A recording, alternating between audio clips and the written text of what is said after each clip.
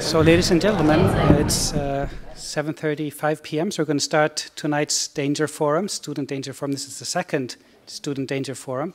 I'm Magnus Bernhardsson. I'm in the History Department. I'm also the Gaudino Scholar. And the purpose of these forums is for us to learn from each other and to hear what people are doing in other departments and other disciplines and other subject matters, because all too often we get so caught up in our own discipline, our own questions, and our own assumptions that we often don't sort of think about how other people in other disciplines might approach the question matter. So we had our first forum earlier in the semester, and now we have the second forum, and now we have 5 different courses representing and students from those particular courses, and I'm going to introduce who the students are and what courses they are. So on my far left, we have from Poverty in America, Dangerous Politics, we have Brandon Romero and Molly Goldberg. That's a course taught by Professor Kathy Johnson in political science. Then we have a comparative literature course called Dangerous Minds and Dangerous Minds in the German Tradition. So that's Sam Lewis and Banye Huang.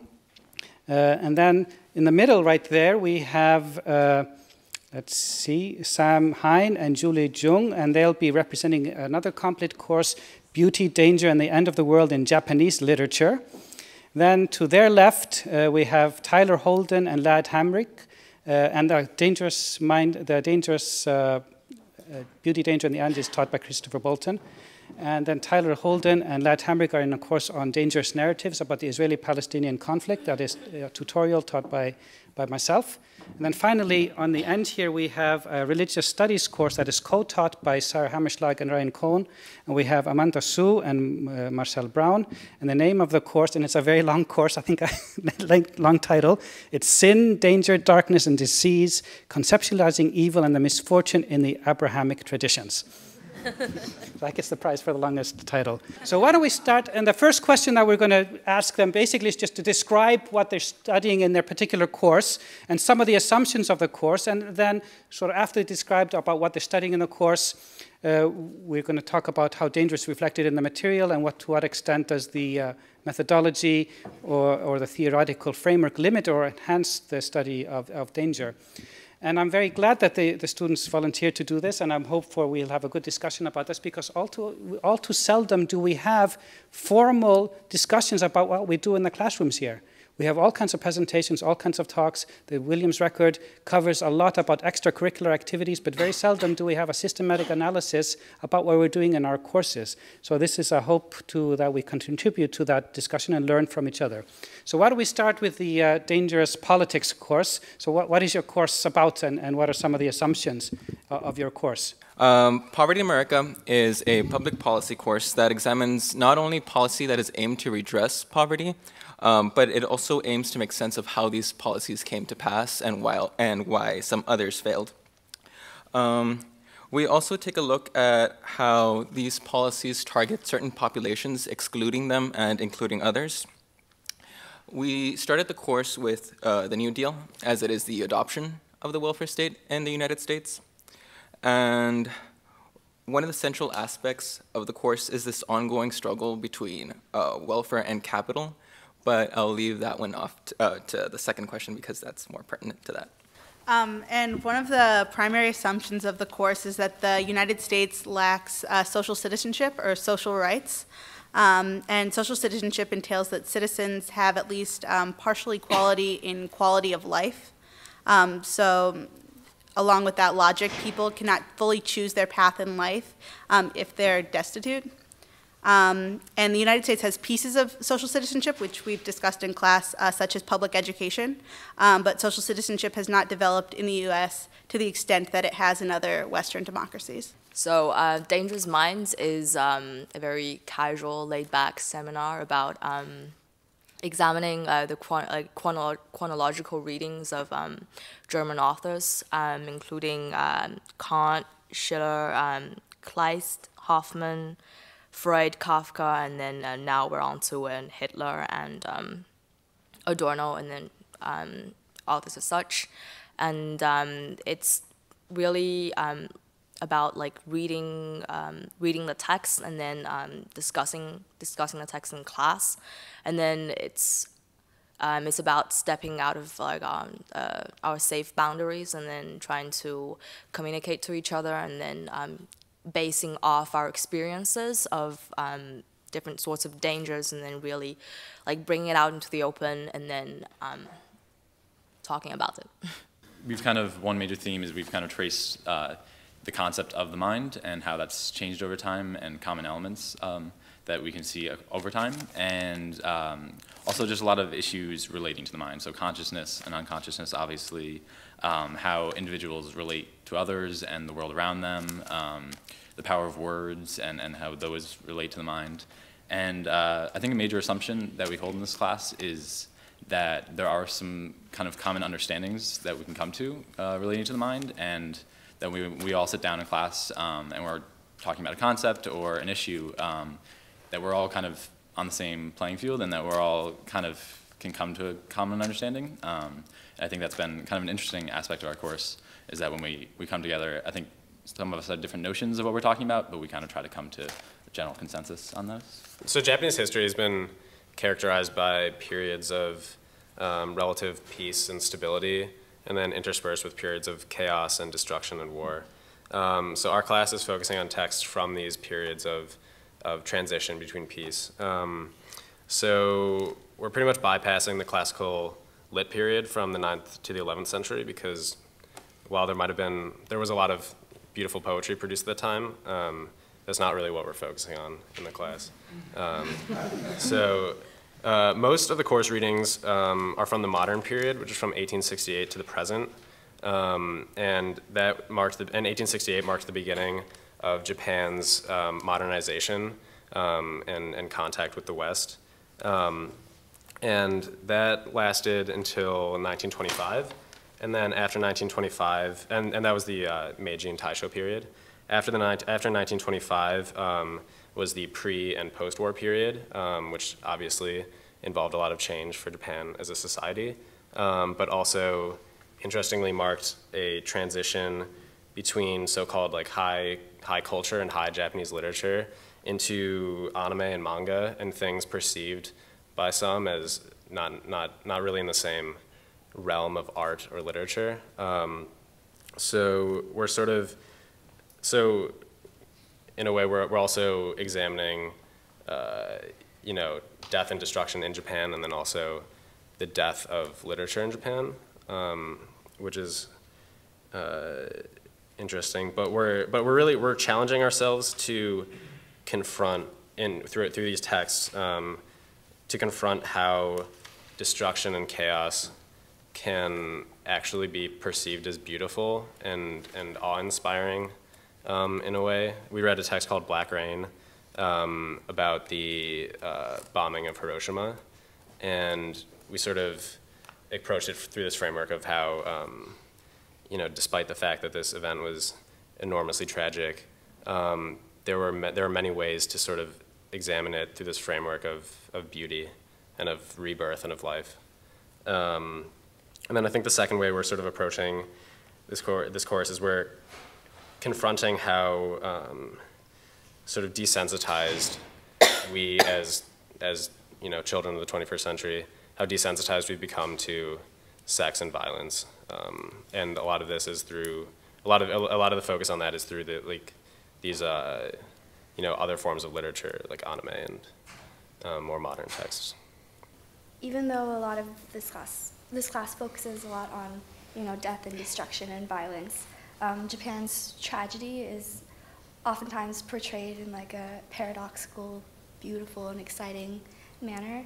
And in the first day of class, we actually watched a couple of clips, and one of them was like this really beautiful image of like a mushroom cloud, and we made observations on how, and this it's kind of like artistic, it's really aesthetically pleasing, and we studied in almost all the texts we've read, like this theme of music and art comes up continually, and there's this interesting way that destruction fantasy engages in the idea that tragedy can lend itself to like an artistic excitement, even though these subjects are so gruesome and terrible.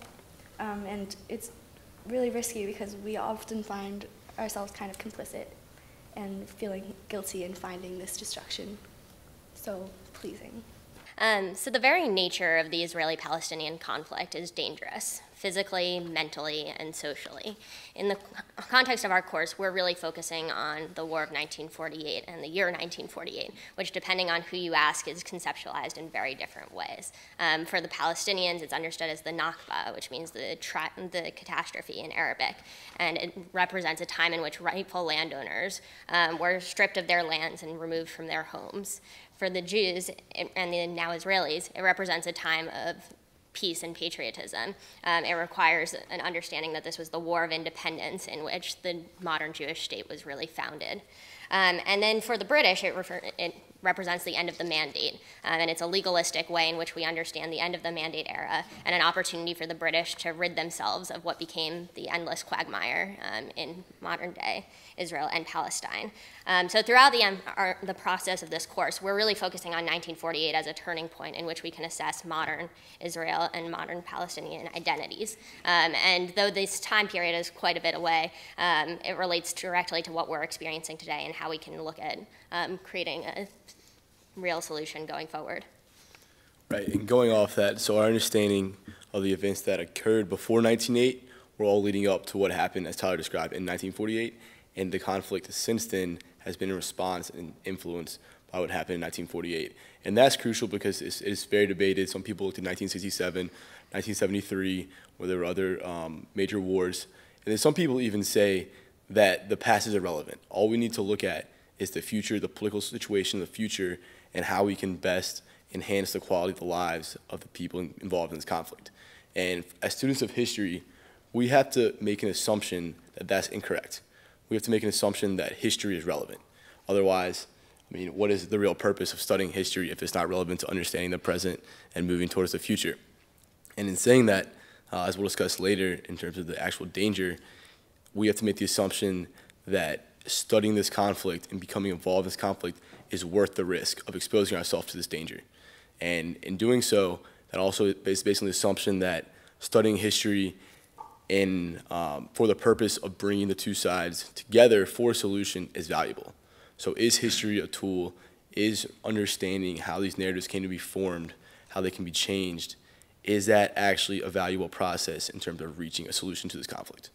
So the title of our course, Sin, Death, Danger, Disease, I can't even remember the rest. It's really, yes, it's really ambitious, it's really broad. And that's understandable because the topic of the course is really ambitious and it's really broad. Although we can funnel it into a more concise conceptualization, the problem of evil. This course is basically about why evil exists, where does it come from, and what do we do in the wake of, all this evil.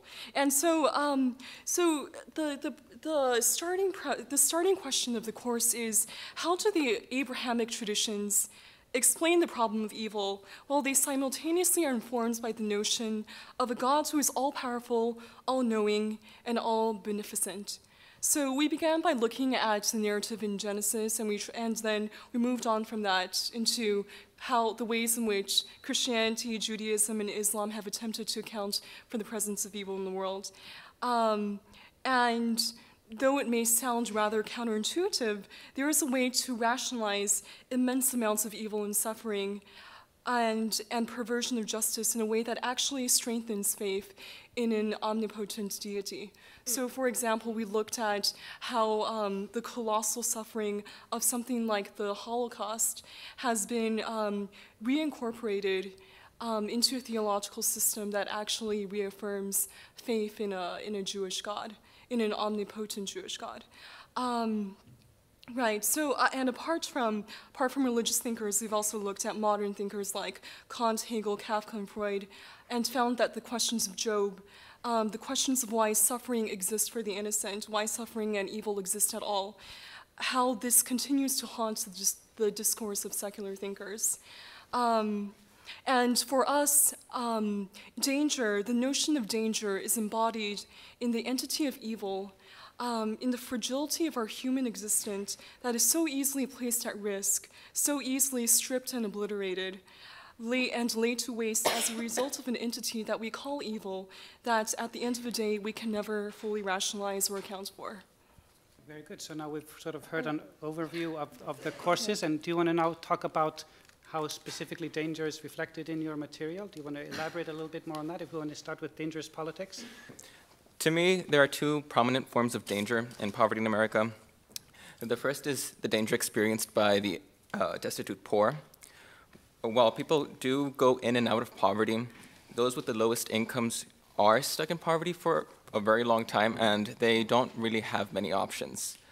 They have no career prospects, no education, so relief from poverty is never really a real possibility. Yes, there are programs available to give these people aid, such as SNAP, the Supplemental Nutrition Assistance Program, more commonly known as food stamps, WIC, Women, Infants, and Children, and maybe even cash assistance through TANF, but that may depend on which state you live in. If you live in Texas, it's not very probable. And these programs, while they do provide some relief, they can never really elevate people out of poverty. So they don't provide an alternative to work. So these people are forced to look to the labor market to try and be better off, but that just doesn't happen because they are exploited for cheap labor, excuse me. The second danger in this class is the poor themselves, men who refuse to work and take up illegal activities to make ends meet, welfare queens that abuse the welfare system and neglect their children while they're out in the streets committing crimes, engaging in sexual activity, and this in turn endangers the rest of society. And many people believe that this culture of poverty could very well be the downfall of society as we know it. Whether these fears are misplaced is almost irrelevant because people do believe in the culture of poverty and its dangers. As for the limits of this class, as I was coming into it, I assumed that we would be talking a lot about Social Security and Medicare because they are the most widely supported programs and also the most expensive. But because this course is focusing on poverty in America, we don't really cover those. We did talk about those the first couple of weeks in class because they are important in the adoption of the welfare state in America, but because we are focusing on poverty, we kind of drifted away from those two programs. So when I started to address this question, what are the dangerous themes in the class, I was thinking about physical violence as a manifestation of danger. So I talk about two things that we've talked about in class that bring to light elements of physical violence and how they're incorporated into welfare or related. One is social control.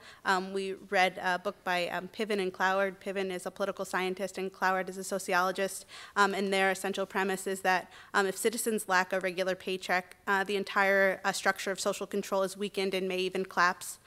This causes civil disorder, crime, mass protests, riots, which then leads the government to expand to relief measures, or at least to initiate an expansion in the welfare state. So that's one element of physical violence. And the other is domestic violence. So in current history and the current expansion of the welfare state, conservatives see the family as a source of safety in relation to the welfare state. And many conservatives will work to encourage marriage and foster two-parent families as a means to decrease the number of people in poverty in the United States. In line with this argument, marriage promoters see matrimony as a means of decreasing crime and welfare dependence. Feminists push back on this. In the eyes of feminists, encouraging marriage may allow for greater instances of domestic violence. So if the state encourages marriage, a woman may choose to stay married, even if this puts her in a physically violent position. So to talk about the dangers of the mind, I would have to go into some of the narratives that we went into. On one hand, the danger is reflected in the contents of the literary sources and diverse themes that were explored in the class.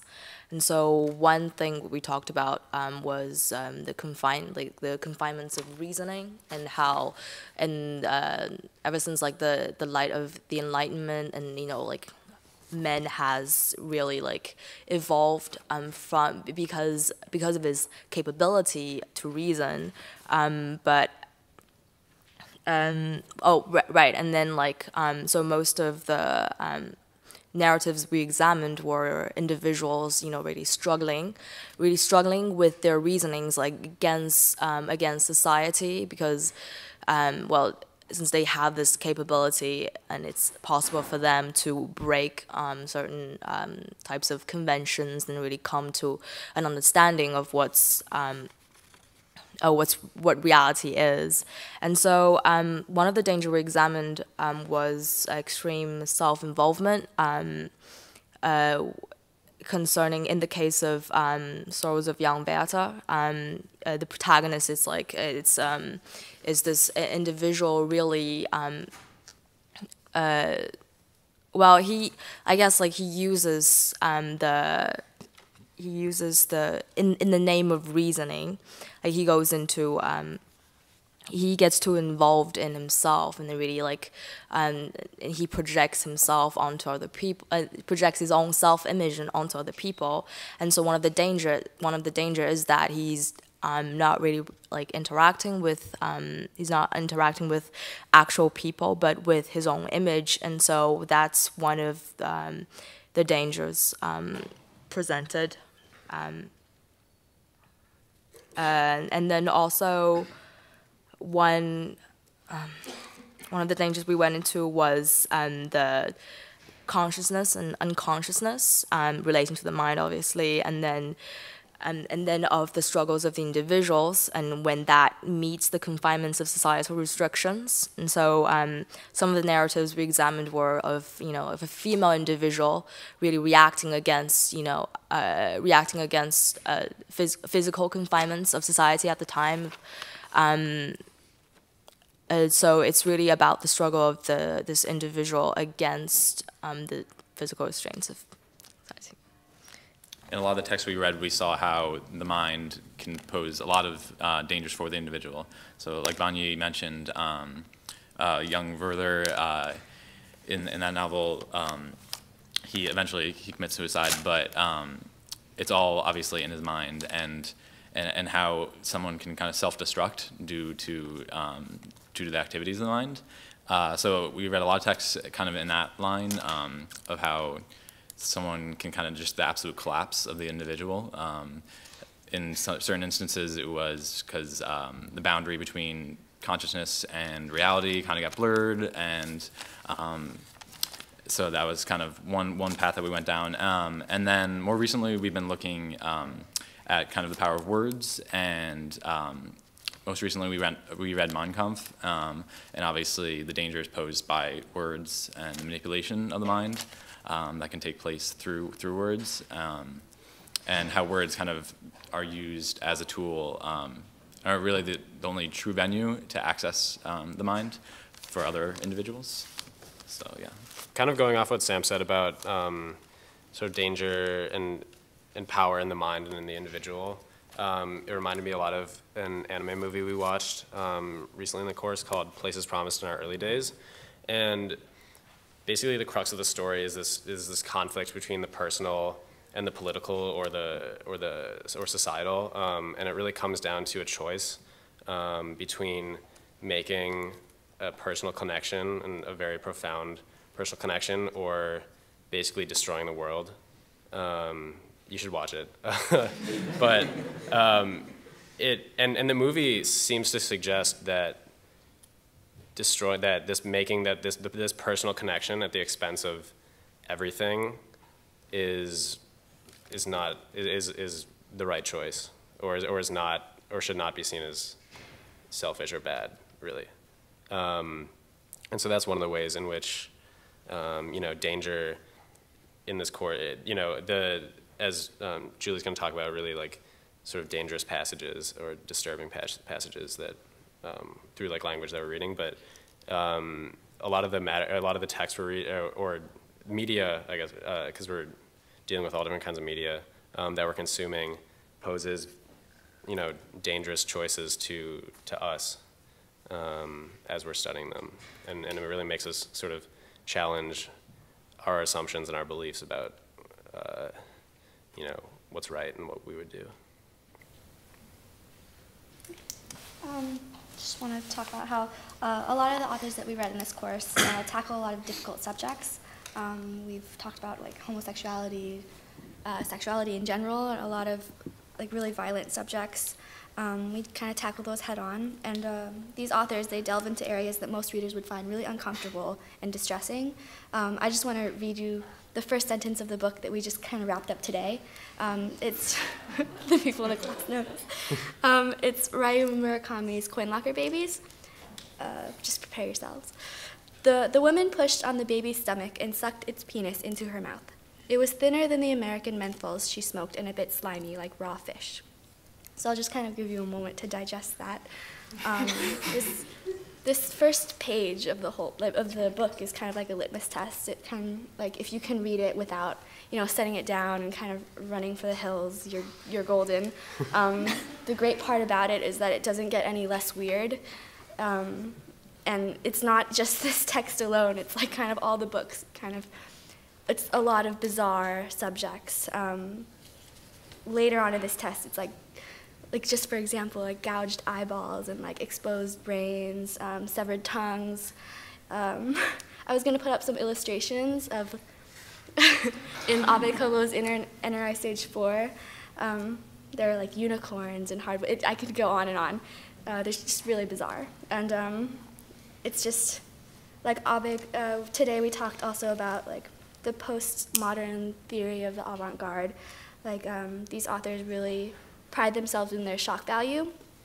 It's like they're fighting like this war against the everyday. They're breaking out. They focus on like radical art, escalating. They're always raising the stakes, upping the ante, and being really edgy. And so in that sense, it's a very dangerous content.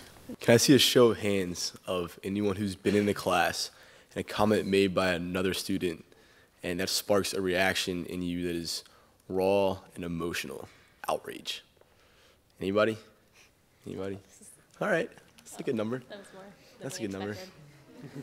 So when Tyler and I meet every Thursday morning, and we gather that probably most of the other people in our tutorial have the same experience, it's hard not to have these kind of reactions in our conversations. You might even be discussing an anthropological work about Palestinian village history, and still these issues cannot not be brought up. So the danger that we really see is that even for people who are very removed from the conflict itself, merely by studying in an academic setting, it's hard not to be drawn into the conflict. And so on one hand, you have the actual physical danger of the conflict, the violence that occurs in Israel and in the West Bank and Gaza every day. And then on the other hand, you have everyone who is involved with that conflict in the academic setting who are still exposed to danger. So that has been, one of the challenges, in that we want to be able to discuss these issues, but it becomes so politicized that often we get in very heated arguments. But at the end of the day, we're so far removed, it's easy for us to step back and go, we're still friends. But it just makes you really wonder and even become cynical about the process of getting to a solution and having even reasonable figures who are more involved with the conflict coming to a bridgeable solution, just because we experienced kind of the raw emotion of it in our tutorial setting. Still, the point remains that we as two American students still feel such passionate reactions to the Israeli-Palestinian conflict, and so often outside of this class you don't have the opportunity to really engage in these conversations, and especially at Williams, where we so often decide that it's better to be, just cool, calm, and collected and not talk about the hard issues and just make friends around here. And so each week we take a huge risk and put ourselves in danger by saying what we believe. And it's hard for us to imagine, being so removed, what sort of risk that would mean in Israel and in the Palestinian territories, what that would actually mean in practice. And then, as Lad pointed out too, the danger with this text and part of the methodological framework is that we are studying it and we're assuming that we have something to gain here.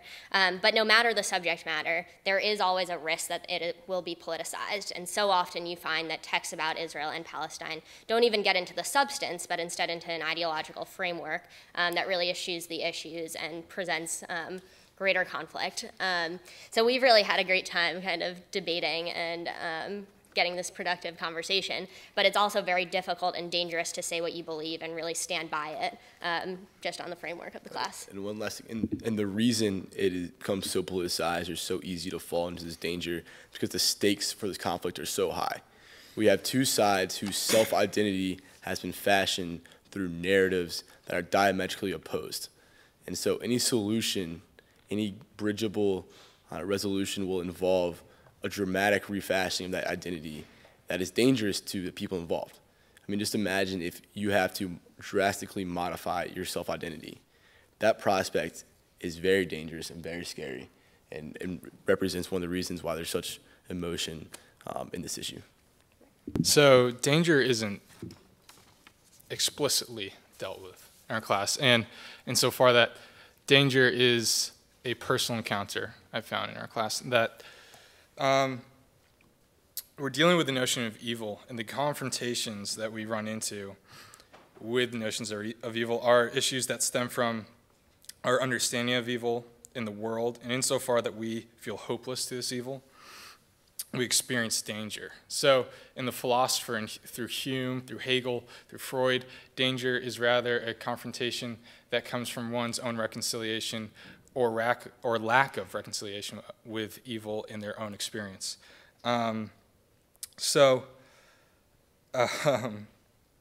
Danger to our well-being, and the danger exists to our well-being in our very notions of what is purposeful, what is meaningful in our lives, and how does evil challenge these things, and then how do we settle and come to terms with the idea of evil existing at the same time with finding purpose in the good things that we do. Mm-hmm.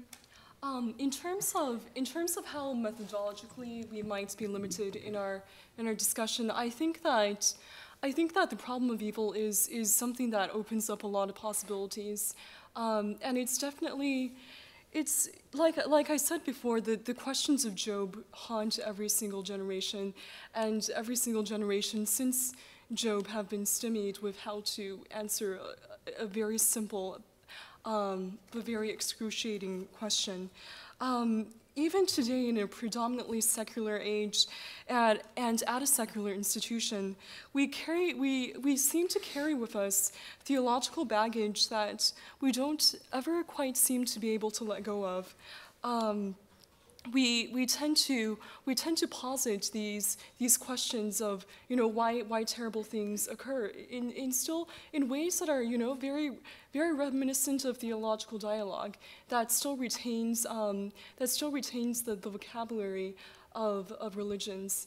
And as for myself, I came to this course because of another course that I took back in January 2012. So I took a winter study travel course to the Mexican border, and just the amount of suffering that we encountered on the border.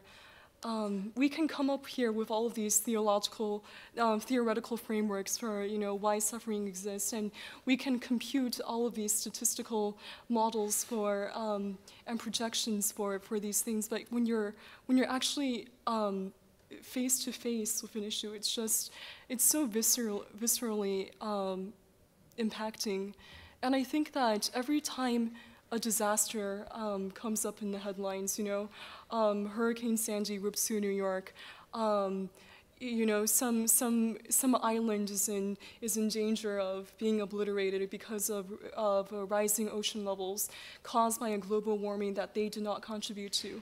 You know, like, the essential question of why bad things happen to good people keeps coming up.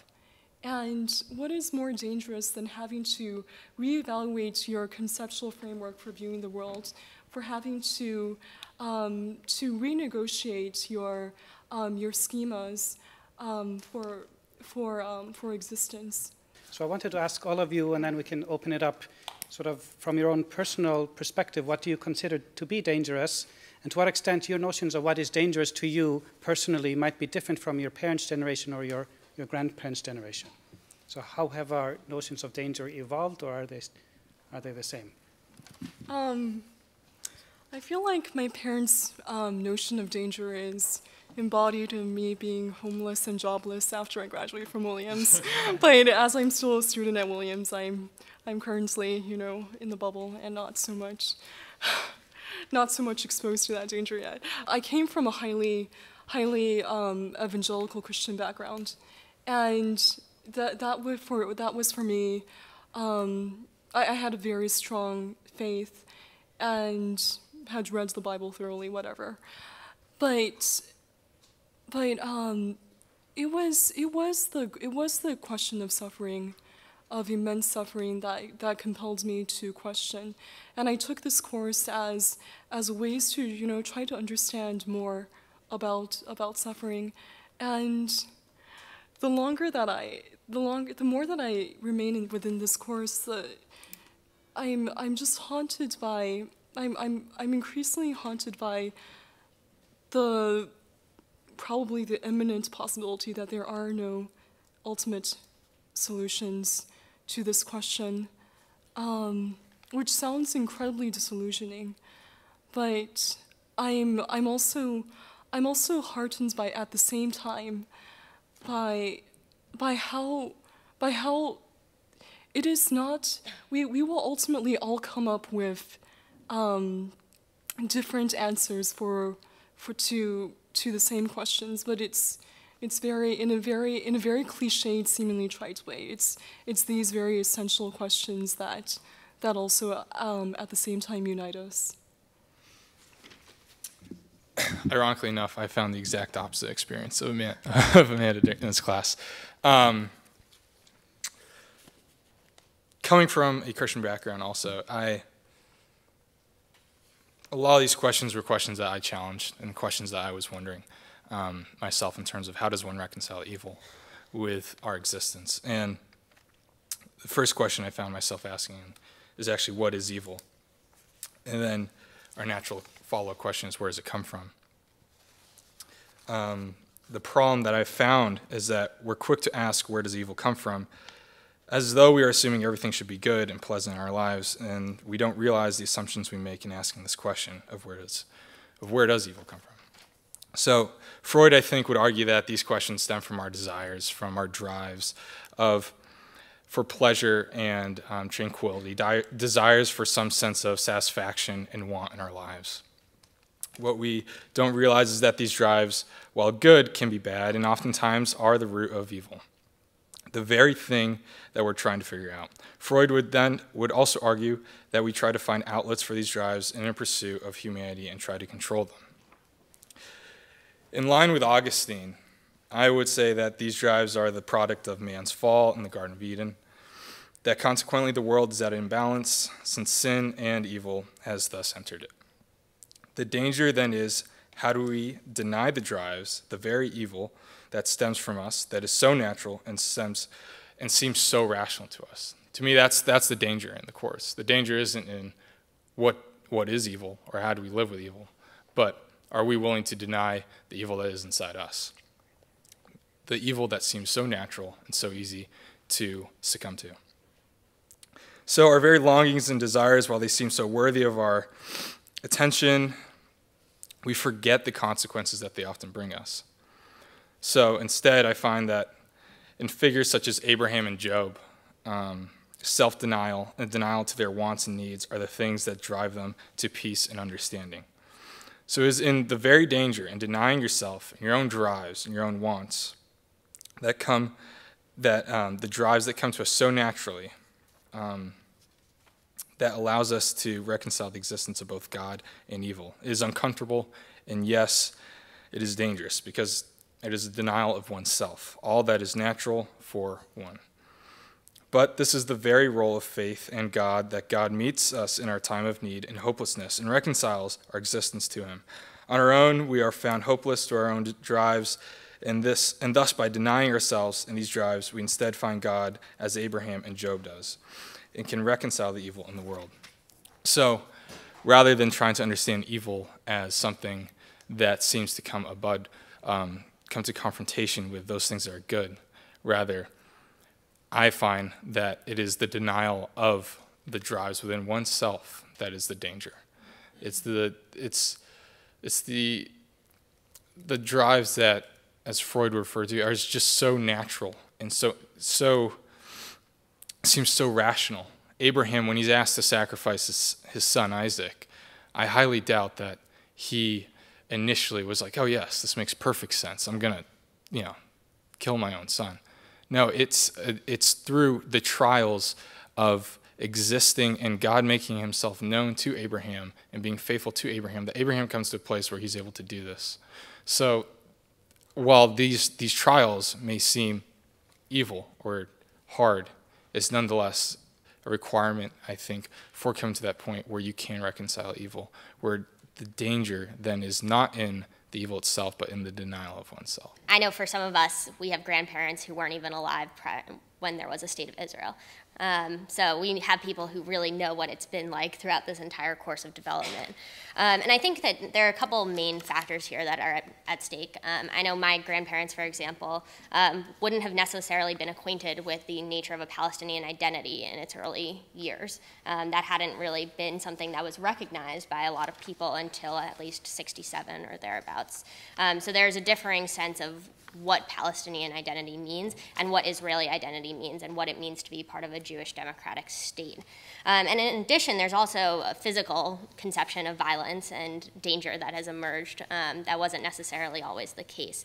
Now in Israel, it's recognized that terrorist attacks are a legitimate possibility throughout any day, pretty much. And so as a consequence, you have a state that is designed as a security state and a state that is really afraid of terrorism. And as we here in the United States have been victims of terrorism over the past, since 2001, there's been a sense that Americans now feel more involved or entrenched in the conflict too. So I think there's that sort of thing at play. Right, and I'd also say there's the existential danger on both sides. So for the Palestinians, this has taken a number of forms, and I think recently it has gone from maybe being more the physical threat from Israel to being an internal time threat. So I think if we look at the conflict now, it seems to us a lot more intractable than it did a couple of decades ago, but also the Palestinians have a major problem because the Palestinians who lived in pre-1948 Palestine, who lived through the Nakba, again, they're dying off. So in terms of continuing that memory, continuing that narrative, it's becoming increasingly challenged by this notion of time. And for Israel, I'd say that their existence as a Jewish state, the threat to their Jewishness has changed, and it is also being challenged by the present environment in different ways than it was a couple of decades ago. So that'd be the biggest difference between our grandparents and our conceptions of danger in this conflict. Personally, I guess enrolling in this class was risky for me because as a prospective English major, I'm kind of accustomed to a different kind of analytical structure and kind of accustomed to the classics. Like when we were talking about, being sucked into beautiful and poetic language, I compare the poetry of Tale of Heike, which we studied, to Nabokov's lyrical, writing in Lolita about talking about these this murderer and child rapist, and I compare. And we've studied Jane Austen, where the most bizarre and off-the-wall subject is a man will choose to marry a woman of less, family fortune, and that's the most crazy kind of surprising societal outrage kind of deal. And imagine my surprise when I open up Ryu Murakami's text and find that first sentence. But also more than content, what really was challenging for me was Professor Bolton's kind of the structure that he wants us to write these papers in. He gives us this, he suggests an inverted pyramid kind of way to write papers that was very new to me. He where you write out the evidence and then narrow that down into an argument, which runs totally counter to what I was used to and what professors have taught me in the past, where you're given a topic and you're given a thesis and you're given a couple of pages to focus on and you want to kind of construct a paper out of that. We're, sitting in this class, reading this free-form prompt and given this new way of thinking and producing a thesis. I was terrified, really. I was like a blind, domesticated animal, like kind of set free and like with no handrails, no safety net. So in that way, personally, it was really difficult to take this class. My personal experience with this class so far has been that I haven't really found a lot of danger in the violence and the sex and things that we've been reading in class, because which is definitely different than, I think my parents or my grandparents' generations, where, they obviously a lot of terrible things were happening in the world, and literature like this existed back then. But nowadays, we can turn on the TV and watch a war like unfolding in front of us. We're constantly inundated by media and these images of terrible things that we become wholly desensitized to things like death and destruction. But I think one of the themes of the course that has troubled me has been the focus on the death of beauty and the death of nature. In texts such as Black Rain and Tale of the Heike, themes like death have been portrayed as beautiful in ways through art. And two authors we recently read, Haruki Murakami and Murakami Ryu, both suggest that art, music especially, can be a salvation in the face of destruction, which I find heartening. But when I think about modern day destruction, like modern day and current, destruction of beauty, I go back to Abe Kobo's Inner Ice Age 4, where he predicted through a different geological process, but predicted nonetheless that the world would be essentially annihilated by rising sea levels, and that prospect of destruction is what terrifies me the most. And I don't necessarily agree with, like, obviously you can conceptualize it in sort of an artistic way that might, or literary way that might lend it some beauty, but going back to Murakami Ryu, really he suggests sort of this dichotomy between personal and societal, where all you might really need is a personal connection with someone, and that might be the ultimate beauty of all. And that gives me some hope, I guess, that which seems selfish, and it's kind of an interesting take on how we cope with disaster and the world changing. But I found that to be a dangerous notion, but also a particularly interesting one. Yeah, so I guess I've kind of had a tough time grappling with this question of what's dangerous to me personally in my life. And I've kind of had a tough time reconciling like my daily struggles or whatever I'm going through on a daily basis with kind of more imminent danger that people might experience, whether in poverty or in war or violence. But I do think that there is, I don't know if danger is necessarily the word, but kind of this personal challenge that all of us have to encounter. And I think this class has helped me realize that as well. And I think this kind of has transcended generations. I think particularly in the absence of more imminent danger, individuals have had to kind of go out on their own and kind of find things out and encounter this personal struggle. And I think a lot of the texts that we've read in class are kind of representative of this. We have individuals, a lot of them from German society, nobles, and there isn't a really immediate danger in the sense of something threatening their life, but nonetheless, life is not easy. So I don't know. This class has kind of made me consider that and really contemplate that idea. The biggest danger presented in the course is really like reading the materials and then like coming discovering the fact that like how much I like identified sometimes like with like the individuals like struggling with selfhood, and then their notions of their existence in society. And then I think that especially in the case of Stories of Jan Versa, like where we have this like protagonist and of him really like struggling, as I said before, and really with a selfhood, and then like trying to break societal conventions, and then like coming to terms with himself. And I think that like there are moments where like he would kind of like sit by a lake and then zoom out and then like look at that image of himself, you know, like sitting by the lake, and then kind of indulging in that, in the beauty of that, in the admiration of like his own consciousness of that.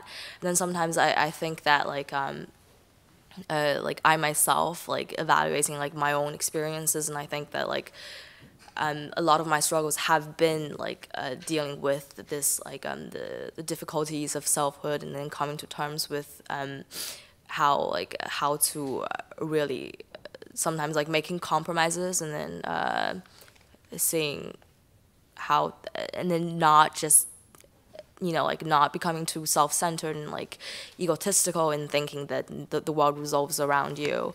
And so, which is really interesting because one of the dangers in the text was that the figure really identified with himself with other literary sources. And so I guess this also pertains to the point of the danger of losing oneself in literature also, and the danger of identifying too much with literature and then losing touch with reality. And so I think that's one big aspect of what the course was about. So I'm fifth generation Nebraskan. I'm from Omaha, Nebraska. And the story of my family is the story of my Papa Don, my maternal grandfather. And in 1936, his father started a produce company, a produce redistribution company called Greenberg Fruit. And I guess through American economic individualism, he got up every day, him and then his father, and my grandfather, 3:30, 4 o'clock to work, working, vending to restaurants, wholesalers, retail accounts, and different institutions. And my Papa Don, he expanded the company in the 1950s. So it was one of the biggest produce redistribution companies in Nebraska. And it was a story of success, but it wasn't a story of success because of the government aid. It was a story of success because of, my grandfather's tenacity. And so I don't know if any of you saw the Zach Wallace last year. He goes, we're Iowans. We don't expect anyone to solve our problems for us. We fight our own battles. He was speaking at a caucus or something, and I could just hear those words coming out of my grandfather's mouth. So for him, it's a dangerous idea that the government would provide so many benefits for people, handouts. It's a dangerous idea that my generation is going to be accountable for this national deficit because we're giving so many handouts to people. But for me, I think I find it difficult and dangerous to grapple with the idea that politicians assert blame on individuals for their structural situation in society, which I don't feel they were able to determine themselves. So I looked at this question, and I was a little scared that my parents and my grandparents were going to give me answers that didn't necessarily align with the class. So I called my mom a couple of days ago. I didn't tell her what class I was taking, so I was completely blind. And so I called her and I asked her, when you were growing up, what did you view as dangerous? And luckily for me, her experience living in a low-income household did inform her response. And she told me that when she was growing up, she was always fearful that her family structure would deteriorate. And so that's particularly relevant to what we're covering now, and these initiatives by the government to emphasize fatherhood and the family. And so it was kind of surprising to hear that from her. And so I asked her, oh, so what did my grandma view as dangerous? And she said that my grandmother kind of obsesses over her children having careers, because my grandmother was always receiving food stamps or a WIC. She feared that my aunts and my mother would become dependents because there's this social stigma attached to these handouts. So I thought that was also very interesting. For me personally, I didn't think that my perception of danger was all that relevant to class until I started evaluating it. My own perception of danger would be more about physical danger, my fear of being out in the streets and getting attacked. But then I started to evaluate my own perception through the lens of the class, and I realized that I was very informed by these arguments against the culture of poverty, against these people that are supposedly violent because they're poor. And so while I don't identify outright with those beliefs, I don't really believe that being poor necessarily makes you more prone to violence or more prone to crime, I did find myself buying into them, and part it kind of makes me uncomfortable, but it's just something that I've learned to deal with and to fight against. So yeah, that's me. So thank you very much. We have some minutes left. If other people from the courses would like to add to what was said here before, or if there are any other related questions from the audience, the floor is open. I had a question for the religion folks, which was one of you really emphasized suffering and the other of you really emphasized desire. And I know you're focusing specifically on Abrahamic religions, but a lot of traditions really emphasize a relationship between suffering and desire. So I'm wondering whether you've explored that at all and the dangerous relationship between those two. A lot of times, I think what we've run into is that suffering can be a product of desire, or our desires can come in conflict with suffering. As in, we could desire to not be suffering. I would say it starts from your conception of your existence in terms of the free will that you have, and how much role do what role do you play in the suffering that is inflicted onto you, and how much the free will that other people have, in that the choices that they make actually affect your existence. So I find that it ultimately still falls onto a notion of free will, rather than just an idea of desires, and those desires ultimately come from free will. I don't know. So someone like Augustine might have said that he had a fundamental distrust of the body and a distrust of desire, and so whereas so desire might then perpetuate more suffering for him, but then in our modern discourse, it's kind of inverted, in that desire and the fulfillment of desire is something that's valorized, and the suppression of such is suffering. Is that something that you're getting at, or no? Just curious about your exploration. Yeah, I'm for desire. Anybody for suffering? So, in our Africanographic novels course, we've studied a novel about Nat Turner, and one of the images depicts a woman throwing her baby overboard on off of a slave ship to prevent him from the suffering of slavery. And in one of our novels about Rwanda, one of the soldiers, child soldiers who was in that conflict, he becomes insane and he starts poisoning people indiscriminately. And the last text of that novel is, he was a child of God. And I was wondering, for the religion course, how you look at survival, because in the course we've discussed how survival may not have been viewed by all as like the best outcome. So I was wondering, with respect to salvation, religions that promise salvation, how has survival been looked at as sort of the ultimate ender? Okay, so where death kind of comes, death as a means of something that we would view normally something evil or something as suffering actually is better in the long run. That's what you're asking. What do you? I can comment on that while you collect your thoughts. Okay. So, yeah, go ahead. So in the context of the Israeli-Palestinian conflict, I think that's a great point that the Palestinians have to deal with right now. So in order for them to physically survive in kind of the degraded status that they're in, especially in Gaza, they may have to give up what they call the right of return. And so something that they fought for since 1948 that's come to define them as a people, they might have to give that up to ensure their their actual human survival. And a lot of them aren't willing to do this. A lot of them refuse to make concessions, to give up this that would immediately enhance their quality of life, but instead they value this this narrative, this self-identity that has been formed by 1948, and they're not willing to change that.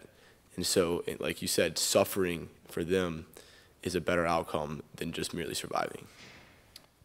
I think within our class, the context of suffering oftentimes comes within a trial, and the trial being, the point of the trial being a refinement process, a process in which someone comes to a better understanding of oneself or their relationship to God. Now, the circumstances of the trial are hard to hard to understand. When we look at Job, the things that happens to him, he loses his entire family, his entire crops. He's inflicted with disease, and yet he decides to endure the trial, even though his wife is like, just lay down, die, and curse God. And at the end, we find that God rewards him for his faithfulness, and he is blessed doubly. So when we see suffering, we see the way that we've understood suffering is suffering in context of the trial, both in terms of, say, Job, in the end, he's blessed more, but in with Kafka, during the trial, he gets to the end of his trial, and it's like, what was the point of all that? He goes through the entire trial, and he's just wondering, why did I even endure all this? In the Abrahamic tradition, death might be seen as a way to ensure bliss and compensation for all the suffering that you endured in this life. So to die is in some way to be more happy than you would in life. That is if your theological tradition allows for something like heaven. But then we also encounter a kind of resistance to that notion in the works of Dostoevsky, in The Brothers Karamazov, in which one of the characters, Ivan Karamazov, argues passionately that all of the jubilation in heaven, even if every single wrong on this earth were to be put right, if the mother of a slain child were to embrace the murder of her child, even if all of this joyous reconciliation were to happen in heaven one day, that would not be enough. That would not be enough to make up for the tears of a child as he or she suffered needlessly, suffered innocently. And just when you mentioned acts of I guess murder, and kind of when you mentioned that somebody had gone crazy and started indiscriminately poisoning people, that actually reminded me of a conversation that I had with a visiting professor to our class recently, and he was describing a case of I think perhaps a soldier or somebody, a man who had slaughtered, massacred in a very atrocious fashion. But the way that he described his massacre was very interesting. He described it in terms of a religious kind of ecstasy.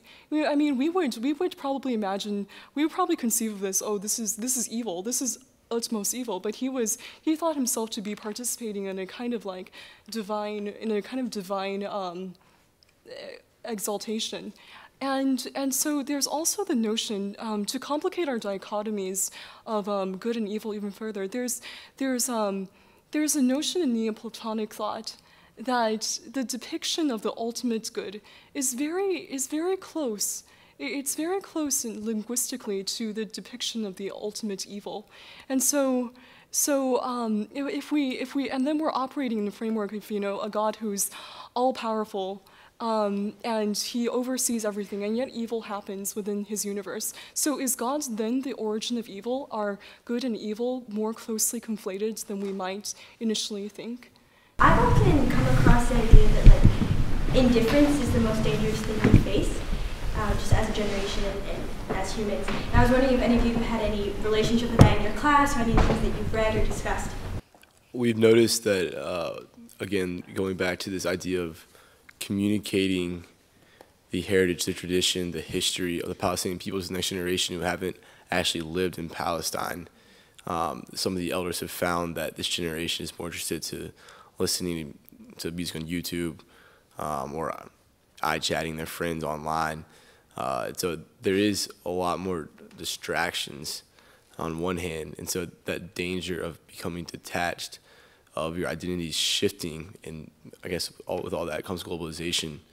I mean, there is a danger to the identity of Palestinians as Palestinians because of this type of indifference. The other way indifference plays a role is Palestinians have always cried out that the world has been indifferent or apathetic to their struggle, to the injustice that was caused upon them. So, and then I mean the flip side of that is before the Jews were kind of taking a stand against the indifference that the world had during the Holocaust, and that the events led to suffering 6 million Jews. So it's a constant theme that comes up in our course, and it's not necessarily unique to this generation.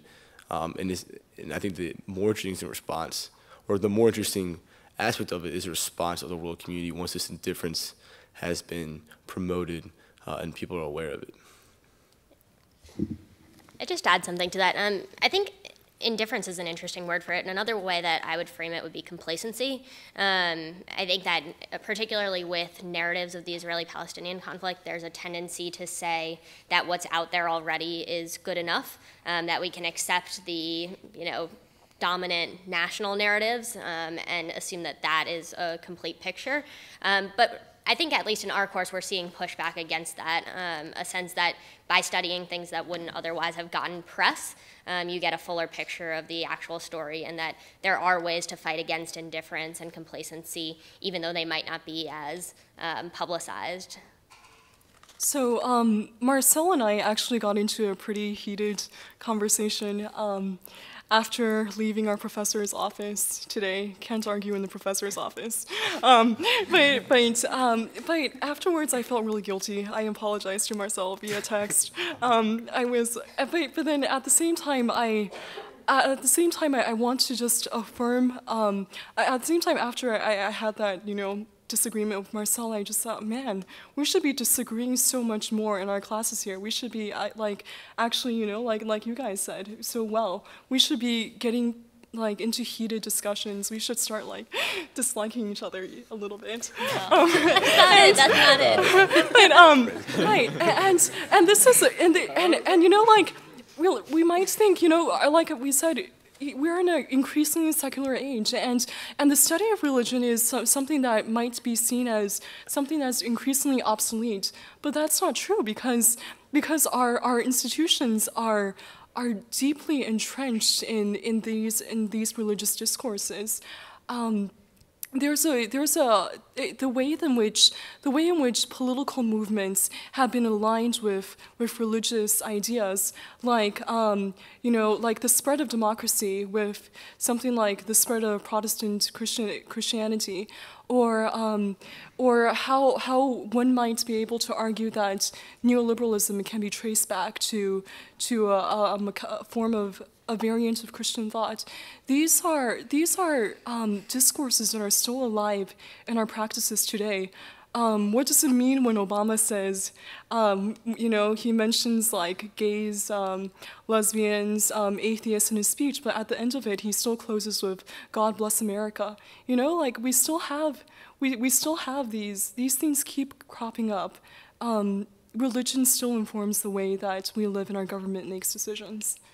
Two ways we talked about indifference in poverty in America. One, we did a little analysis of election returns, and we talked about the youth vote and how the youth turnout wasn't as great as our elders, and what does that mean for indifference as it relates to welfare and other policies that affect us or will affect us after Williams.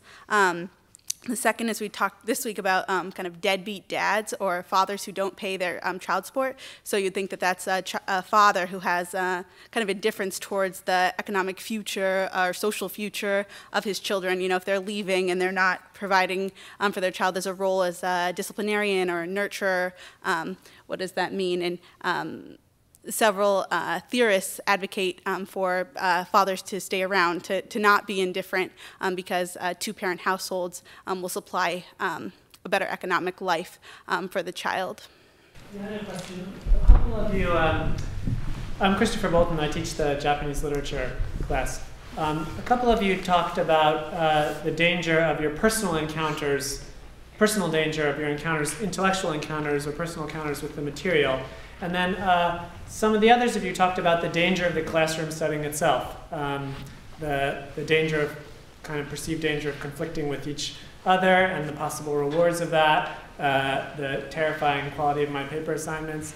So I wanted to ask, especially those of you who didn't get a chance to talk about that. So as teachers, we're often sort of pulled between these two imperatives, to create a safe space in the classroom, and on the other hand, to allow students to take risks, which implies, I think, a certain amount of danger. So I just wanted to hear your thoughts, or actually anybody's thoughts, on the pulls of these two imperatives. Should we as teachers be trying to make the classroom safer or more risky? This class is very different. I am probably going to be a science major, and this is a comp lit course, which is very personally uncomfortable. And in the structure of the course, it's even more dramatic. I'm used to assignments where it's very clear, there's a question, there's an answer. And in this class, what I found both to be a struggle and very, very enriching is kind of the independence associated with the work. We're given texts and we're given very loose guidelines, discussion questions, and we interpret the text in our own way, and then we come to class and we talk about it. And a lot of the ideas brought up in class I would have never even considered. And then to not only kind of just take that in, but then also try to give feedback on that and kind of engage on a subject that I would never have gone to has been something that's been really enriching for me and difficult in its own right, but definitely a positive.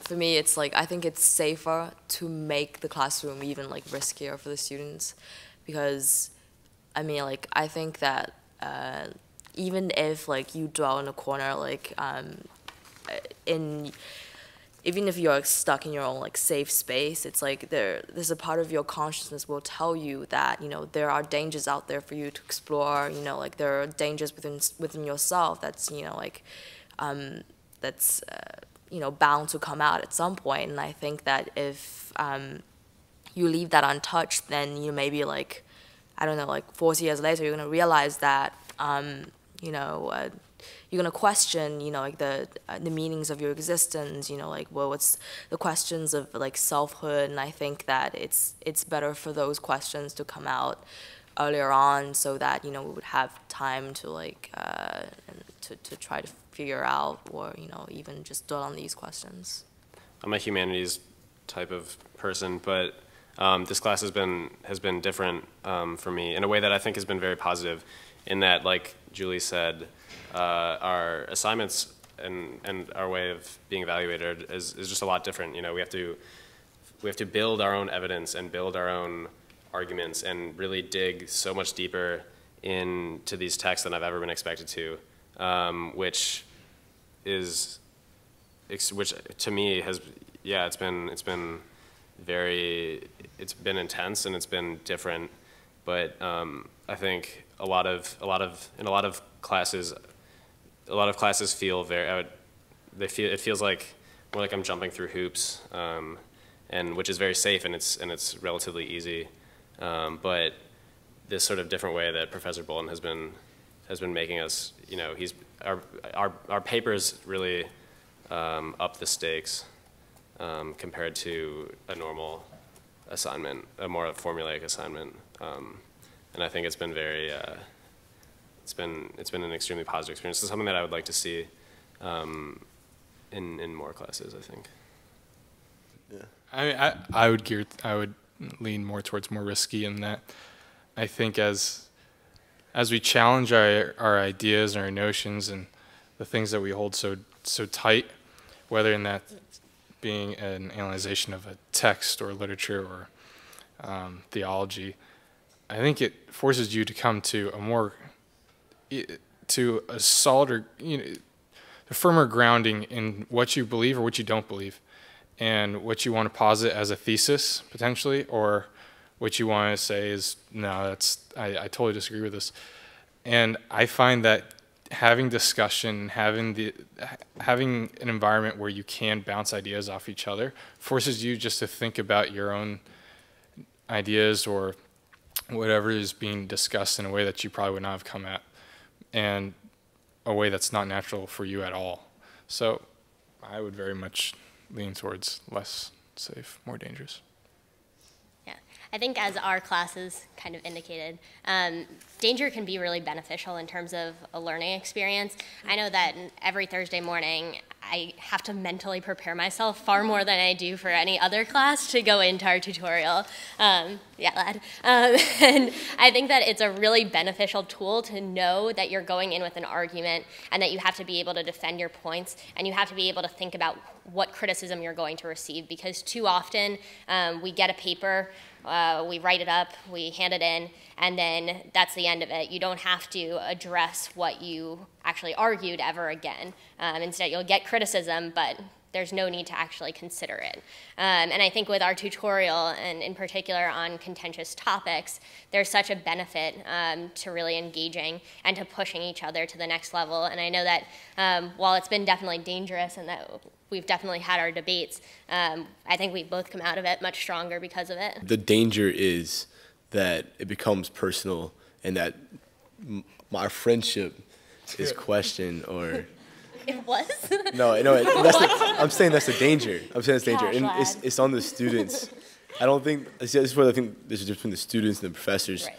So the professors create this environment where we're challenged, our intellectual thoughts are challenged, but it's up to the students to recognize the danger of letting it become personal, the danger of sacrificing like something like your friendship in the name of these debates. So that's where our role comes into it. And I think all of us here at Williams do a good job of recognizing that danger and putting it aside and focusing on the more intellectually challenging aspects of it. We're running out of time, so please join me in thanking our excellent panelists. Thank you so much. So this is the final Student Danger Forum of this semester. There will be more dangerous courses in the spring, so hopefully I'll see you more of you at more events in the spring as well. Thank you so much.